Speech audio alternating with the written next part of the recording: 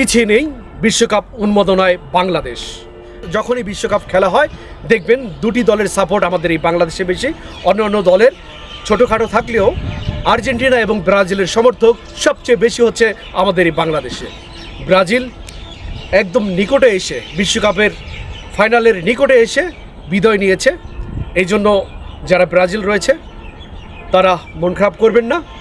এবং আর্জেন্টিনা রয়েছে এখন বাংলাদেশের বিশ্বকাপ ফুটবল উন্মাদনায়। আর্জেন্টিনা রয়েছে, আমরা সবসময় দেখতে পাই যে আর্জেন্টিনা বা ব্রাজিল এদের খেলা হলে বাংলাদেশে যে উন্মাদনা থাকে বিশ্বের অন্য কোনো দেশে এমন উন্মাদনা আছে কিনা আমার জানা নেই। আমরা এখন রয়েছি সাভার স্মৃতিসৌধে, সেখানে একজন দর্শনার্থী রয়েছে। আমরা তার কাছ থেকেই জানবো যে এবার ফুটবল বিশ্বকাপে তিনি কাকে সমর্থন করছেন। দুটি দল রয়েছে, 48টি দল থেকে ব্রাজিল বাদ হয়ে গেছে ইতিমধ্যে। আপনারা জানেন যে রয়েছে আর্জেন্টিনা এবং স্পেন, তারা ফাইনালে এসেছে 48টি দলকে পিছনে ফেলে। আপনার কী মনে হয় কে নেবে এবারের বিশ্বকাপ?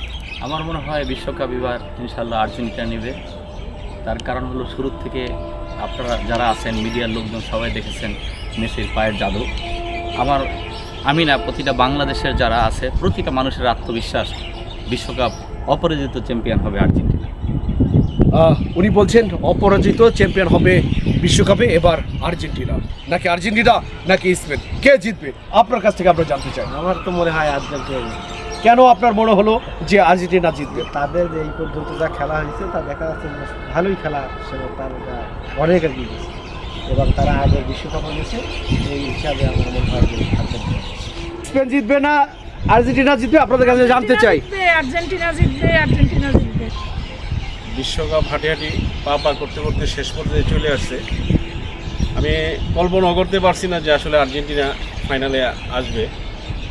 আমি ব্যক্তিগতভাবে সবসময় আর্জেন্টিনাকে পছন্দ করি, তাই আমি এবারে বিশ্বকাপে আমি লাকি।